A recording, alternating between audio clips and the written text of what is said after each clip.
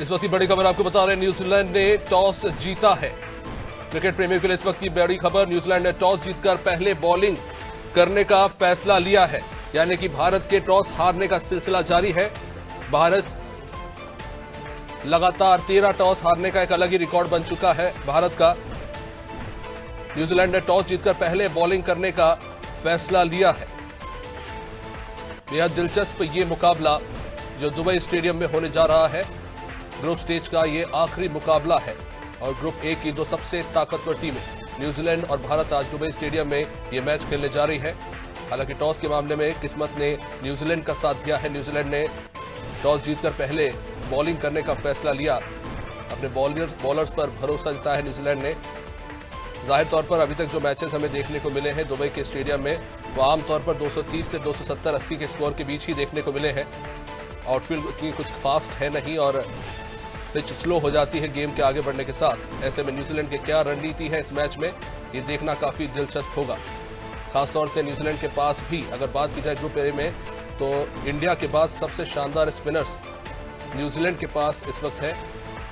चाहे सेंटर की बात करें माइकल ब्रेसवेल की, दोनों ने शानदार गेंदबाजी की है और पूरी तरीके से डोमिनेट किया है ऑपोजिट टीम को। वही अगर बात करें इंडियन टीम की, तो इंडियन टीम के पास इस वक्त सबसे बड़ी स्पिन लाइनअप है।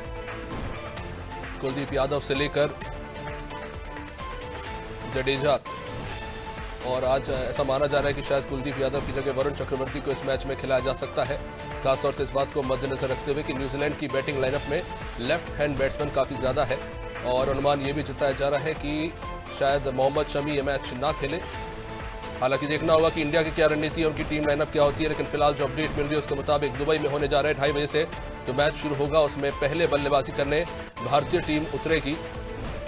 आज तापमान में खैर कुछ ज्यादा तीव्रता है नहीं, तो बैटिंग के लिए भी काफी अच्छा माहौल माना जा रहा है। जाहिर तौर पर इंडिया चाहेगी कि पहले बैटिंग करते हुए एक अच्छा स्कोर न्यूजीलैंड के सामने खड़ा करे। कहीं ना कहीं एक साइकोलॉजिकल प्रेशर बनाने की भी कोशिश होगी भारतीय टीम की। जाहिर तौर पर दोनों टीमों ने ग्रुप के जितने भी मैचेस हैं वो जीते हैं और टीम यही चाहेगी कि यही मोमेंटम आगे सेमीफाइनल के लिए बरकरार रहे।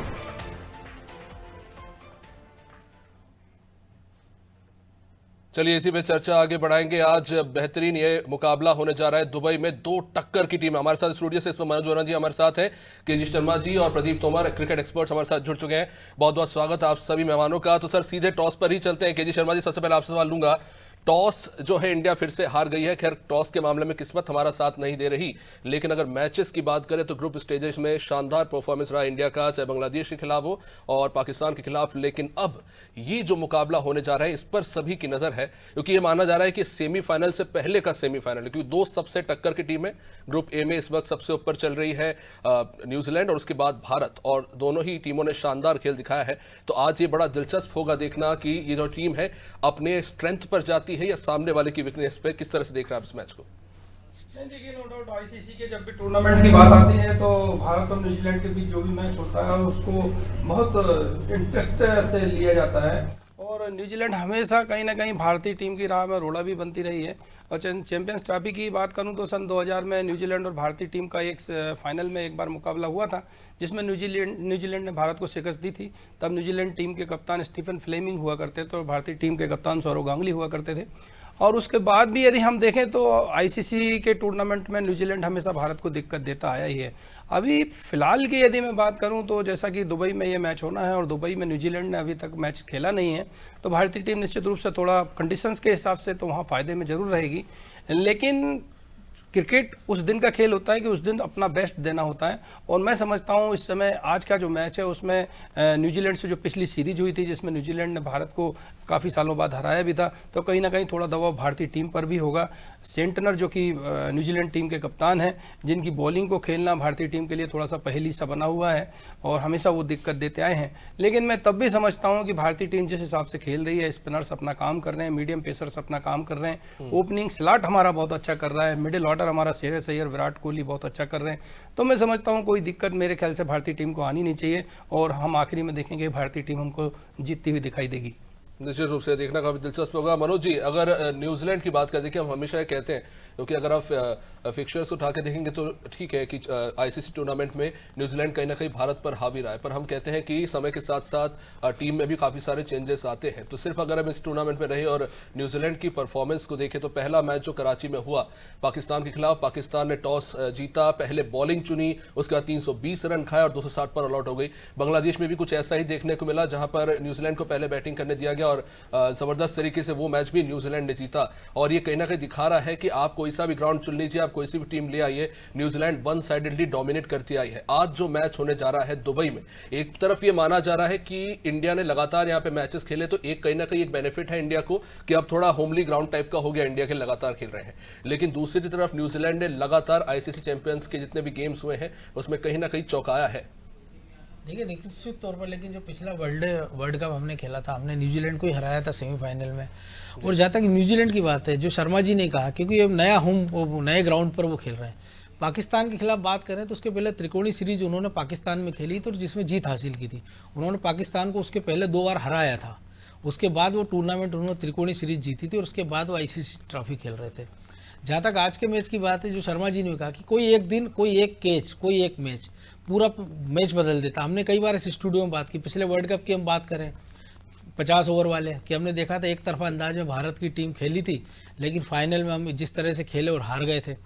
आज भी निश्चित तौर पर हमारे जो बल्लेबाज, जिनकी सबसे बड़ी हमको चिंता थी कि रोहित शर्मा और विराट कोहली का फॉर्म, तो हम देख रहे हैं पिछले मैच में विराट कोहली ने शतक मारा है, अच्छे फॉर्म में दिख रहे हैं, रोहित शर्मा अच्छे फॉर्म में है और श्रेयस और केएल राहुल, खासतौर से श्रेयस अय्यर लगातार अच्छा खेल रहे हैं, हर मैच में स्कोर कर रहे हैं। शुभमन गिल की हम बात करें तो हमने देखा पिछले मैच में उन्होंने काफ़ी अच्छा परफॉर्म किया है। गेंदबाजी की जहाँ तक बात है तो जो पिच स्लो है, तो मुझे लगता है कि भारत 3 या 4 स्पिनर, जिसमें हो सकता है 2 ऑलराउंडर जडेजा और अक्षर पटेल हो और 2 एक स्पिनर और 2 तेज गेंदबाजों के साथ जाना शायद पसंद करे, तो हो सकता है अर्शदीप को मौका मिल जाए। और जहाँ तक टीम इंडिया की बात है, 5-6 दिन का उनको आराम मिला है जो पिछला मैच है उसके बाद से, तो काफ़ी सारा उन्होंने अभ्यास किया होगा, काफ़ी सारा उन्होंने पिच के जो मिजाज है वो समझा देखा होगा। तो आज जब बैटिंग करेगी तो भारत का निश्चित तौर से भारत चाहेगी कि 250 प्लस का स्कोर वो करे कम से कम, ताकि उसके स्पिनरों को एक मौका मिले इस मैच को बचाने का। निश्चित रूप से हम बात ही कर रहे थे कि टीम लाइनअप क्या होगा, इस वक्त आप टेलीविजन स्क्रीन पर देख रहे हैं। दिलचस्प बात यह है कि हम सोच रहे थे कि शायद मोहम्मद शमी को नया खिलाया जाए, लेकिन अभी जो टीम अनाउंस हुई है इंडिया टी की, उसमें हर्षित राणा को नहीं खिलाया गया। उनकी जगह जैसा कि माना जा रहा था कि वरुण चक्रवर्ती को मौका मिल सकता है, तो स्पिन बॉलर को मौका मिला है। लेफ्ट हैंड बैट्समैन बहुत सारे हैं, लेग स्पिनर, तो किस तरह से देख रहे हैं आप कि जिस तरह से हमने देखा है अब तक कि स्पिन के ऊपर बहुत ज्यादा रिलाई किया है इंडियन टीम ने, तो क्या लगता है, क्योंकि अब वरुण चक्रवर्ती भी आ गए, प्रदीप जी पूरी तरह से माना जाए कि ये जो मैच है वो स्पिनर्स डोमिनेट करने वाले हैं और खासा दारोमदार कहीं ना कहीं वरुण चक्रवर्ती पर भी रहेगा? देखिए, जब से ये आज का जो मैच पहले से डिसाइड था कि ये दुबई के स्टेडियम में होगा और न्यूजीलैंड और इंडिया का मैच होगा, तो उसी दिन से ये तय हो गया था कि जो टीम स्पिन अच्छा खेलेगी वही टीम इस मैच को जीत पाएगी। क्योंकि इस मैच जो टूर्नामेंट चल रहा है, पूरा टूर्नामेंट में न्यूजीलैंड के स्पिनर जो हैं वो सबसे अच्छी टर्न करा रहे हैं। अभी तक जितने भी 8 टीमें खेल रही हैं उनमें सबसे अच्छे जो ज़्यादा स्पिन हो रही है वो ब्रिस्वेल की और सेटनर की हो रही है। और हमने देखा है पहले भी कि इंडिया टीम जो है वो सेटनर के, खासकर रोहित जो विराट कोहली हैं, वो सेटनर के खिलाफ थोड़ा सा तकलीफ में रहते हैं। तो आज ये देखना होगा कि इंडिया टीम किस तरह से स्पिनर को खेल पाती है। और पहले भी केजी शर्मा साहब ने बताया कि यहाँ पर अपन पहले 2 मैच खेल चुके हैं, तो यहाँ के पिच के मिजाज से अच्छे से वाकिफ़ हैं कि यहाँ पे स्लो पिच है, शुरू से पता है कि स्लो पिच है। और यहाँ पर सेकंड पे बैटिंग जो करता है वो 36 मैच जीत चुकी है और 22 मैच जो पहले बैटिंग करता है वो जीती है। तो अभी जिस हिसाब से चल रहा है उस हिसाब से तो ऐसा लगता है कि स्पिनर जो अच्छा खेल पाएंगे यहाँ पर इस पिच पर वही मैच जीत जाएंगे। तो अभी आपने बताया कि शायद अपने यहाँ वरुण चक्रवर्ती को खिलाया है, तो अपने यहाँ 4 स्पिनर हो गए हैं, कुलदीप यादव, अक्षर पटेल, जडेजा और वरुण चक्रवर्ती। तो ये बहुत अच्छा एक कदम है इंडिया टीम का कि स्पिनर के भरोसे खेल रहे हैं। तो बिल्कुल अपने यहाँ जो रोहित हैं, विराट कोहली, इनके फॉर्म अच्छे हैं, तो सेकंड बैटिंग पहले बैटिंग करेंगे तो बॉलिंग बहुत अच्छी करेंगे और निश्चित ही इंडिया टीम मैच जीतेगी। निश्चित रूप से कहीं ना कहीं स्ट्रैटेजी ये भी है कि दुबई के पिच में उतनी जान है नहीं और पिच जो आउटफील्ड है वो भी थोड़ी स्लो है, तो कहीं ना कहीं स्ट्रैटेजी शायद ये भी है कि स्पिनर से डलवाए कि बैट्समैन ही पूरी ताकत लगाए अगर आपको शॉट मारना भी है, क्योंकि वहाँ पे चौके मारना भी काफ़ी डिफिकल्ट है। जिस तरह से हमने पिछले मैच में विराट कोहली को खेलते हुए देखा कि उनकी प्रायोरिटी ये थी कि हम रोटेट करते रहे, रन बनाते रहे। तो अब क्योंकि टॉस हारने के बाद इंडिया पहले बैटिंग करे तो let's dig deep onto Indian batting lineup. तो अगर बात की जाए तो विराट कोहली, श्रेयस अय्यर फॉर्म में नजर आ रहे हैं। रोहित शर्मा की अगर हम बात करें तो रोहित शर्मा ने स्टार्ट बहुत अच्छा लिया है, एग्रेसिव खेलते हैं, लेकिन उसको लंबा ले जाने में अभी तक कामयाब नहीं हो पाए हैं। तो आज कहीं ना कहीं देखना होगा कि ये जो ऊपर के 4 बैट्समैन हैं वो क्या करते हैं। जी शर्मा जी, क्या लगता है, क्योंकि अभी तक देखिए केएल राहुल एक्सपोज नहीं हुए हैं, उनको अभी तक खेलने का मौका उतना लंबा मिल नहीं पाया है, टॉप ऑर्डर नहीं अब तक पूरा मामला संभाला है। तो आज कहीं ना कहीं जो मिडिल ऑर्डर है उनके ऊपर भी एक बड़ा दारोमदार होगा कि अगर आपको एक ठीक ठाक स्कोर न्यूजीलैंड के आगे खड़ा करना है तो कम से कम आपके 1 या 2 प्लेयर को बड़ा स्कोर खड़ा करना होगा। निश्चित रूप से जब हम टीम की बात करते हैं, हम किसी बड़े मैच की बात करते हैं या ओवरऑल हम किसी भी मैच की बात करते हैं, एक अच्छी पार्टनरशिप और एक अच्छे प्लेयर का एक अच्छा स्कोर वहां पर पूरा मैच बदल देता है। जैसे हमने देखा कि गिल ने पहले मैच में 100 किए, भारत मैच जीता। उसके बाद में विराट कोहली ने पाकिस्तान के अगेंस्ट 100 किए, भारत मैच जीता। एक अच्छी पार्टनरशिप वहाँ हुई, एक अच्छी पार्टनरशिप पाकिस्तान के अगेंस्ट हुई जो कि 100 रन से ऊपर की थी, मैच बदल गया वहाँ पर।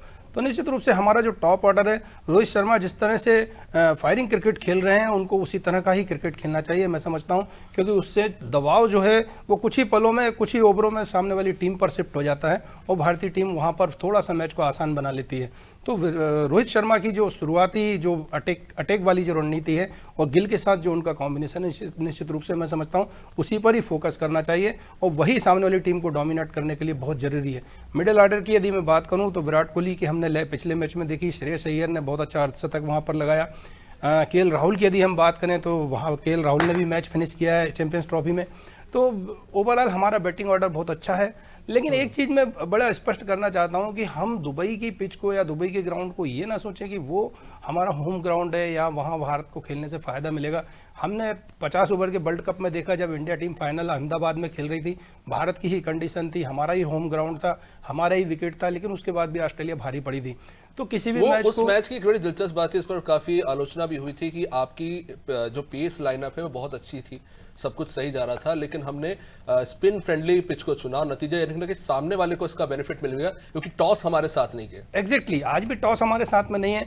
सबसे बड़ी चीज़ यही होती है कि कंडीशंस जो है वहाँ की, उस कंडीशंस के मिजाज से भारतीय टीम को मैच खेलना पड़ेगा। और मैं समझता हूँ यदि भारतीय टीम आज भी अपना उसी लय में यदि परफॉर्मेंस देने में सफल होती है तो हम देखेंगे कि भारतीय टीम सेमीफाइनल निश्चित रूप से हमें खेलती दिखाई देगी। यही दिलचस्प बात है कि क्या, क्योंकि अब सेमीफाइनल में दोनों टीमें पहुंच चुकी है, तो आज ये देखना दिलचस्प होगा। मनोज जी, क्या लगता है कि आज इंडियन टीम अपनी स्ट्रेंथ पे खेलेगी या सामने वाली टीम की वीकनेस पे? क्योंकि शायद यही गलती हमने उस वर्ल्ड कप में की थी कि हमें अपने स्ट्रेंथ पे खेलना चाहिए था, जहां हमें पता था कि हमारा पेस लाइनअप अच्छा कर रहा है, we should go with them, but instead of all कि हमने चूज किया कि नहीं ये ज्यादा उनका वीक पॉइंट स्पिन खेलना है, तो चलिए हम उसके हिसाब से चलते हैं, और नतीजा हमारे फेवर में नहीं आया आज। क्योंकि अगर आप जीते या हारे उससे कुछ फर्क नहीं पड़ेगा, लेकिन एक जो मोमेंटम है जीत का वो बरकरार रहेगा। तो क्या लगता है आज इंडियन टीम स्ट्रेंथ पे खेलेगी मनोज जी अपने, या फिर आप कह सकते हैं कि सामने वाले की वीकनेस को ज्यादा कंसीडर करेगी? देखिए, कोई भी खेल हो, दोनों चीज़ों का ध्यान रखा जाता है कि सामने वाले की वीकनेस क्या है और हमारी स्ट्रेंथ क्या है, उसी के हिसाब से स्ट्रेटेजी बनती है। हम अगर देख रहे हैं कि अगर आज 4 स्पिनर हैं जिसमें 2 ऑलराउंडर हैं, तो इसीलिए जा रहे हैं ना हम कि 4 स्पिनर के साथ, क्योंकि हमारे पास 2 तेज गेंदबाज भी हैं, हार्दिक पांड्या भी है हमारे पास, मोहम्मद शमी भी है।